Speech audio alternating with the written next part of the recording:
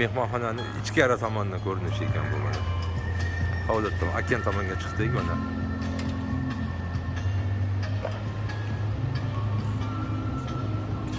Basseynlar. Katta mehmonxona ekan lekin. Bu mehmonxona set ekan, o'zi asli nemislarniki ekan, Berlinda ekan. Bu mehmonxonani birinchi nimasi tashkil bo'lgani 1897-yilda tashkil bo'lgan ekan, asosiy. Mana hayotga o'xshab, hayotda dunyo bo'yicha bor, o'shanga o'xshab bu ham dunyo bo'yicha bor shekilli. Berlinda bor ekan. Keyin boshqa mamlakatlarda bor ekan. 1897-yildan beri faoliyat ko'rsatar ekan shu mehmonxona.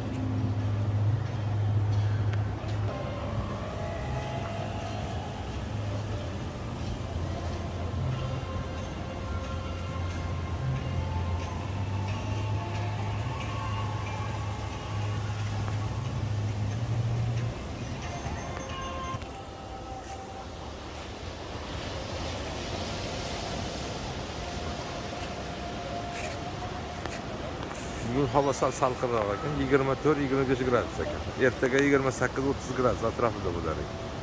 Bugun abid kechasi yomg'ir ham bo'ldi bu yerda. Shuni hisobiga odamlar sal nima. Mana bu yerda o'sha odamlarga dam olish uchun sochiq ubola tarqatilgan joy ekan.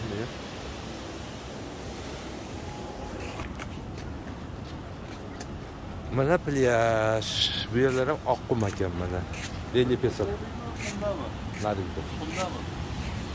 Buni so'raydigan bu peso qanaqa mana? Mana shu bo'lmay o'tiramiz. Mayli bitta bu Navestaga o'tiramiz. Stan, how are you, sir? How are you? Excellent. Welcome, sir. Why is the extra for this? Yes, $230 today. A day. What about like For the canopy, it's 35. Yerda. Cancun shahriga o'tgan yilda 25 millionta sayyoh dam oluvchilar kelib ketgan ekan. Bir yilda shu 25 million atrofida dam oluvchilar kelar ekan. Asosan mana okeanni bo'yi. Mana odamlar esa amallar qilib. Bir-biriga ishlov berib, o'shadagi nima deydi? Quyosh urmasligi uchun. Mana shunaqa ishlar hammasi. Mana shu ikkita u tomoni ham suv ekan, mana shu ikkita suvni oralig'iga uzun mehmonxonalar tashkil qilingan ekan.